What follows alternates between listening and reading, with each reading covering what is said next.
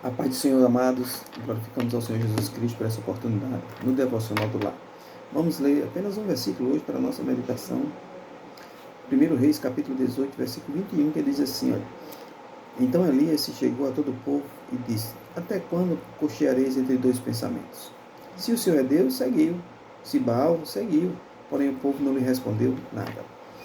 Então, esta oportunidade em que Elias reuniu Acabe, reuniu todo o povo, para mostrar a eles que eles estavam sem identidade espiritual. O povo havia perdido a identidade espiritual.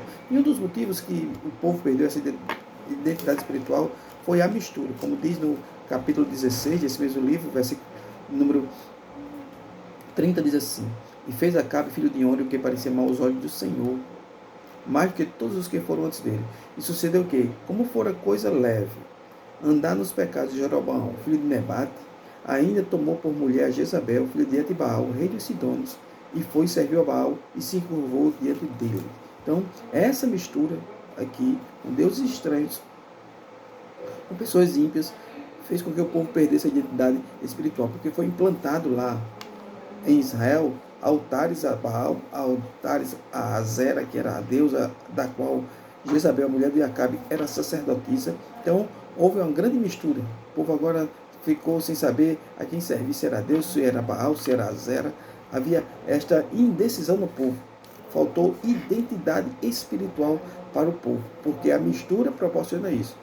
Por isso que o salmista, no Salmo 1, ele nos afirma desta maneira, que é bem-aventurado o varão que não anda segundo o conselho dos ímpios, nem se detém no caminho dos pecadores, e nem se assenta na roda dos escarnecedores. Antes, tem o seu prazer na lei do Senhor, e na sua lei medita de dia e de noite. Ou seja, aquele que toma esta posição de não se deter no caminho dos pecadores, nem se assentar na roda dos escarnecedores, ou seja, não se misturar, essa pessoa tem a sua identidade espiritual. Israel perdeu a sua identidade espiritual, ficou na dúvida, e vocês sabem que na dúvida, irmão, não se tem progresso espiritual, de jeito nenhum. O povo ficou assim, sem saber o que fazer. Glória a Jesus Cristo, né? O medo de não ter a certeza, leva ao povo a ir na tendência da maioria, que está errada, né? Glória a Jesus Cristo. Não se deve ter pensamentos contrários. A Bíblia diz lá no livro de Tiago que, capítulo 4, versículo 8, nós não devemos ter duplo ânimo. Tiago, vamos ler esse versículo? Tiago, capítulo 4, versículo 8, Tiago afirma bem assim, Tiago 4 e 8, ele afirma o seguinte: Chegai-vos a Deus, e ele se chegará a vós, limpai as vossas mãos pecadores, e vós de duplo ânimo purificai os vossos corações. Ou seja, você de mente dividida. Glória a Jesus Cristo. Porque se tiver mente dividida, se não tiver convicção das coisas, querido, se perde. Glória a Jesus Cristo. As nossas mentes, quando está dividida assim pelas paixões mundanas, pelo prazer carnal, mente dividida pela ganância financeira, glória a Deus, tudo isso aí contribui para a nossa frieza espiritual, para a nossa perda de identidade espiritual, porque a gente vai se misturando, se misturando, se misturando. Mas a palavra do Senhor diz que nós devemos amar a Deus de todo o coração. Deus deve ser o centro das nossas emoções. Deus deve estar preenchido no nosso coração.